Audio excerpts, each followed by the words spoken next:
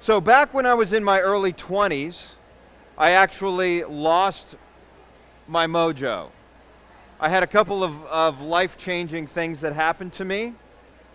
One of those was my first true love broke up with me. So here I was on the verge of a very successful acting career. I was in the process of being considered for some soap operas and doing all of that, and I immediately got stage fright. It got to a point where I was throwing up every time before I'd go on stage. It was really horrible. So I ended up going backstage, and that was fine because I always knew I wanted to be a producer.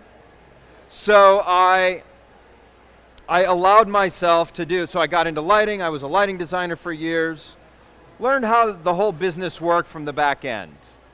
In 2000, I ended up chasing an opera singer to New York, married her, and ironically, I went to the theater city and started doing corporate work.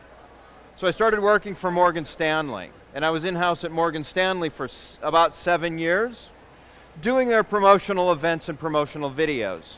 And I worked with a lot of the big named agencies that Morgan Stanley worked with as well. And so I really learned how the big boys do it and how they promote themselves. After a few years, I got really tired of essentially doing the same thing over and over for these big corporates. So what I did was I left and I started my own business, and that's when Share the Sizzle got connected.